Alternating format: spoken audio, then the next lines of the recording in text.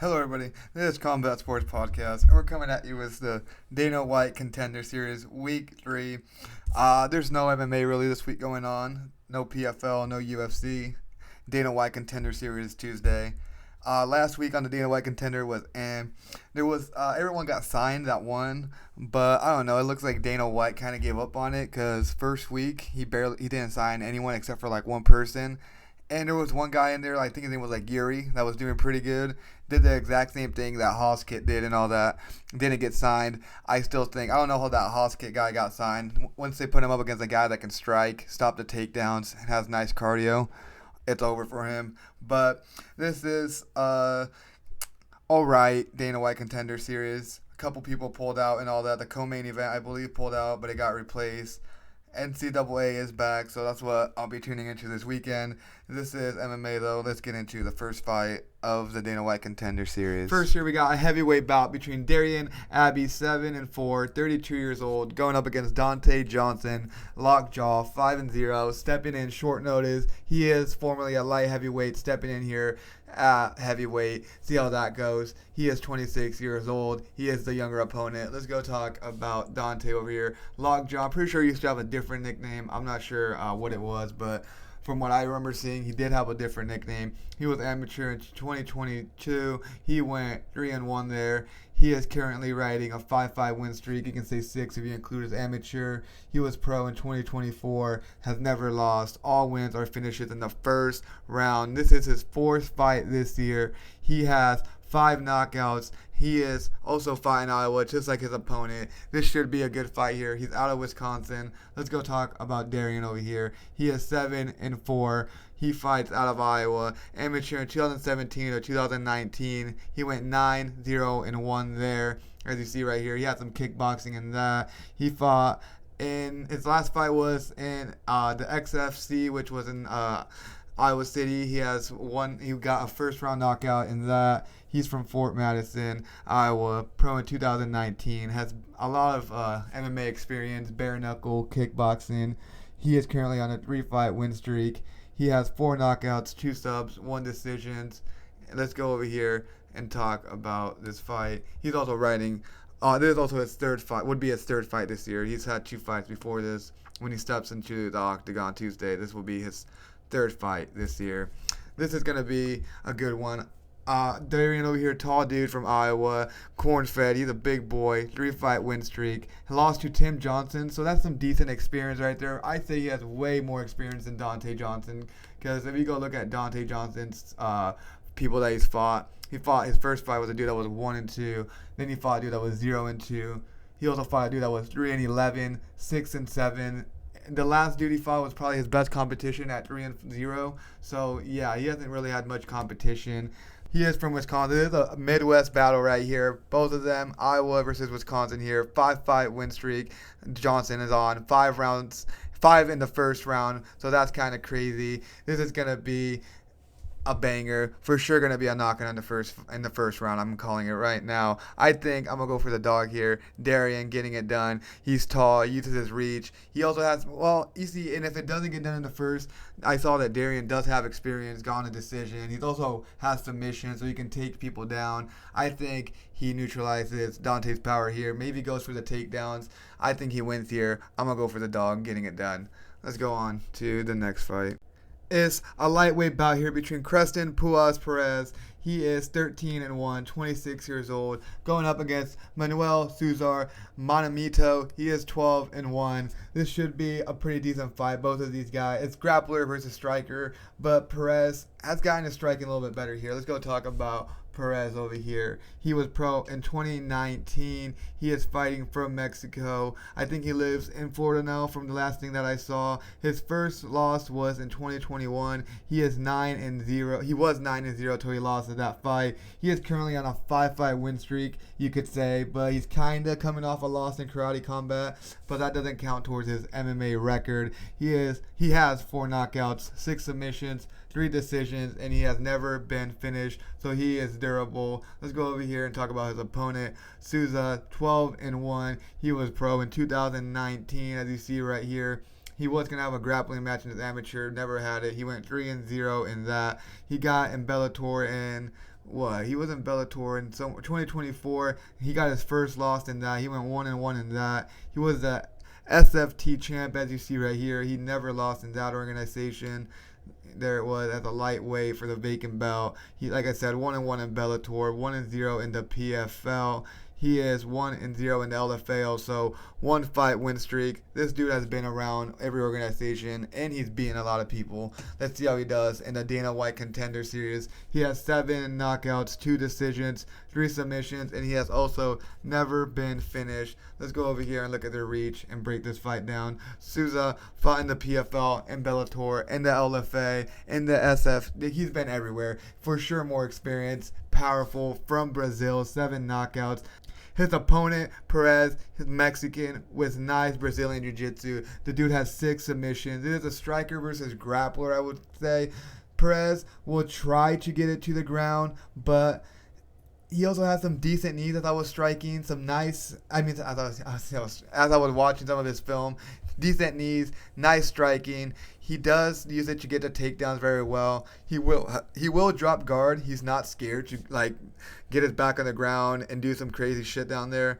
I do believe that Perez is better. He can keep it standing if he wants. Wins here by a decision or a sub. He gets the takedowns. I feel like he can neutralize Sousa's power by taking him down. And honestly, I thought Perez was more of a grappler because I saw 6 submissions. And when I was watching his film and all that, I saw that he actually has some pretty good striking, some nasty knees, and he can do a lot of crazy shit. I saw that a lot of people on Tapology are going for Sousa. I don't know why. I'm going to go here and get Perez, probably as an underdog, I believe, since people are riding Manuel Sousa right now because he is on a win streak. Well, I guess he's technically not on that long of a win streak, but he has been around in multiple organizations, and I think that's why people are saying that he's better, more experienced. I'm going to go here. Christian Perez gets it done by a decision or submission by a dog. I'll probably say he's plus 200 maybe not even, maybe plus 190, but let's move on to the next fight. A light heavyweight bout between Lorenz, 6-1, 28 years old, going up against Abdulrahman Yakhyaev Hunter, 6-0, 24 years old. Let's go talk about Alec over here. Pro in 2021, he lost to Abbey, who's fighting in the first fight of the Dana White Contender Series this week. So this guy has a higher spot up in the card, so that's good. He lost that fight, then proceeded to go on a 5-fight win streak, all by finishes, 4-0 in the LFA. First fight this year, 5 knockouts, 1 sub, 0 decisions ever. He has 100% finishing rate. Let's go over here and talk about Abdulrahman, 6-0, pro in 2021, never lost, regional champ. He is on a 6-fight win streak. First fight this year, he has 2 knockouts, 3 subs, 1 decision. Let's go over here and break this fight down. Alec, 100% finishing rate, heavy-handed, 5 knockouts, all in the first round. This dude is a beast. His last fight was the only fight he didn't get done in the first round. He'll also go out there and grapple. He is coming off, like I said, his first ever submission. He's 4-0 in the LFA. He is aggressive, well-rounded, while Abdulrahman over here, grappler, nice submission artist, also nice on the bottom.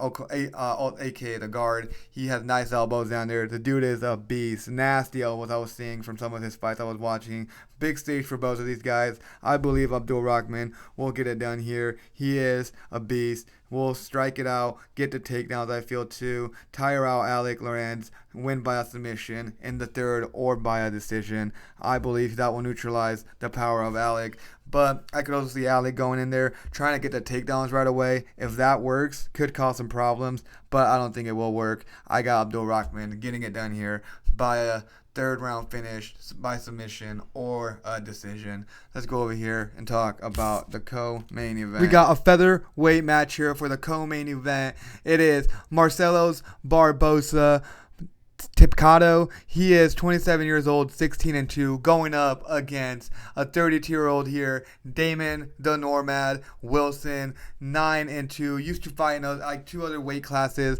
Now he's in this weight class. Let's go over here and talk about Damien. This dude pro in 2018, basically Cage Warrior since he was a pro. As you see right here, his first fight was the only fight that he had not been in Cage Warriors. He was also 2-0 as an amateur. This dude went 8-1 in Cage Warriors. He was a beast there, as you see right here. Oh wait, never mind. He went 8-2 there. I'm wrong about that. He's currently on a 3-fight win streak. Has 6 knockouts, 0 submissions, and 3 decisions. He has been knocked out once and lost 1 decision. This dude is a beast. This is his second fight this year. Let's go over here and talk about his opponent, Marcelo's pro in 2016. He started 9-0 in his career till he lost in 2021 in a regional champ, or he was fighting for a regional belt, lost it there. He got into LFA in 2022 to 2024, 3-1 in the LFA. He lost his first fight in the LFA, then proceeded to win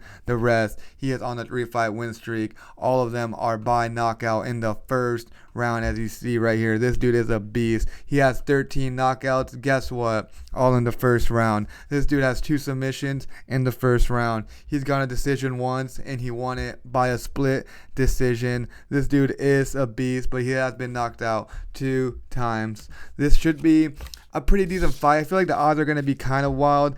Let's go down here and see. Yeah, okay, there's going to be some crazy odds here. But I don't think they should be that big because Wilson is a striker. Yes, he has 0 submissions, but he's also going up against a striker. Wilson, though, is aggressive. He throws nasty, heavy leg kicks that he uses well. He also has a really good clinch game. If you didn't see right here, I'm pretty sure like his last 2 fights are by knees. Yeah, this dude has a nasty knees in the fucking clinch. But his opponent over here, Barbosa, throws bombs. 13 knockouts, 13 first round finishes. You can say 14 because he has a submission in there. But 13 knockouts, heavy-handed. But we're going to have to see how he deals with the pressure of Wilson and if the pressure of Wilson is going to cause problems. Because if you want to throw haymakers, you're going to need room for that. But by the looks of it, Wilson does not like to get backed up. That dude will go forward. So let's see how he does with that. But I still believe Barbosa will win here. Catches Wilson's at least once. And with the power that he has, will knock him out. Because I think Wilson's going to be aggressive, like I told you. And he's going to want to go in, be aggressive. I feel like he ducks his head a little bit sometimes. And when he ducks his head, I think Barbosa will catch on to that, knock him out, and win by a first round knockout or a second round knockout. Let's move over here and talk about the main event. We got here a middleweight bout to kick off, to end off the night here for the Dana White Contender Series. We got a short notice fighter, Trent the Terminator Miller, stepping in here like a couple days notice. I'm pretty sure he has a fight coming up here any day. When we go break this resume stuff down, I'm pretty sure he'll be up there in the LFA or something. Going up against Ryan Gandra, Problema, 7-1, 30 years old. While Miller over here, I honestly don't know Miller's age. It doesn't show it on here, and I couldn't really find it anywhere. But he looks like he's a little bit older. Let's go over here and talk about Miller. This dude, like I said, stepping in short notice before anything. I guess we'll break here. Amateur in 2020 to 2021. As you see down here, he went 6-0 in that. He was the champ. Pro in 2022. He is on a 2-fight win streak currently. 1-0 in the LFA. This dude has 6 knockouts, 1 sub, 1 decision, and this is his 3rd fight this year. And look at that, as I was saying right here. Okay, not in the LFA, in the tough. So he was supposed to fight literally the 23rd, which was yesterday for the day I'm recording. So it was Saturday. It ended up getting canceled. He had to step in here and fight this fight here against Ryan. So that's kind of cool. Let's see how he does stepping in short notice. Let's go over here, talk about Ryan Problema, 7-1, 30 years old, amateur in 2021 to 2021. He went 2-0 there. He had some boxing on there too. Fought 4 times with amateurs, 1 year. That's kind of crazy. 2-0 in amateur. 2-0 in boxing. Pro in 2022, regional champ. He lost his 2nd fight as a pro. Then he went on a 6-fight win streak, which he is currently on.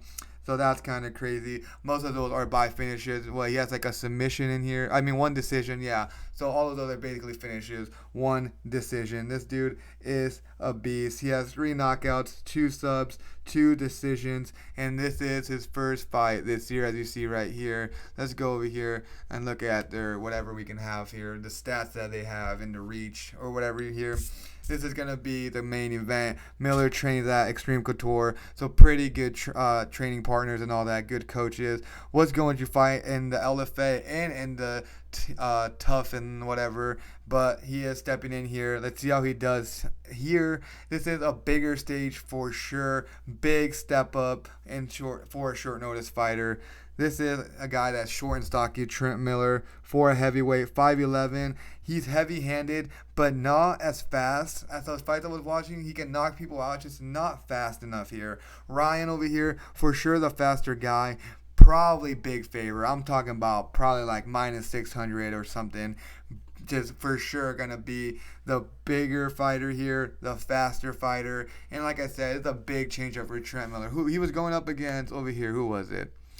Okay, I don't know the guy that he was going to go, the Malik guy, but I know the Woodley guy is like a complete change up in styles to what Ryan is. So I feel like that's just going to affect it here. It's a really big change up in the matchup. Going from a guy that he was probably going to try, that was going to try to grapple him here, to a guy that's probably going to try to stand up and outstrike you. I think Ryan will get it done here, wins by a knockout in the first or second, probably the first round. Let's go down here and recap the rest of the card. Here I got an underdog starting off the card with Abbey winning. Then I got Christian pulling off the dub here. I got another dog, Christian actually. Then I'm going to go for Abdul Rahman, probably a big favorite, should get it done. Then I got Barbosa getting it done by a knockout in the first or second. And then the main event, I got Ryan getting it done by a knockout in the first or second, maybe first, but the last 2 fights should be easy knockouts.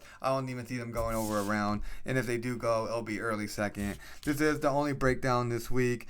Little week off here. Maybe I'll do an edit if I find something for next week's UFC fights. I'm excited though. For sure we'll be watching the NCAA. College football is back. Also NFL is 2 weeks away. I'm excited to watch the Ravens play. Thank you everybody for watching. Till next week.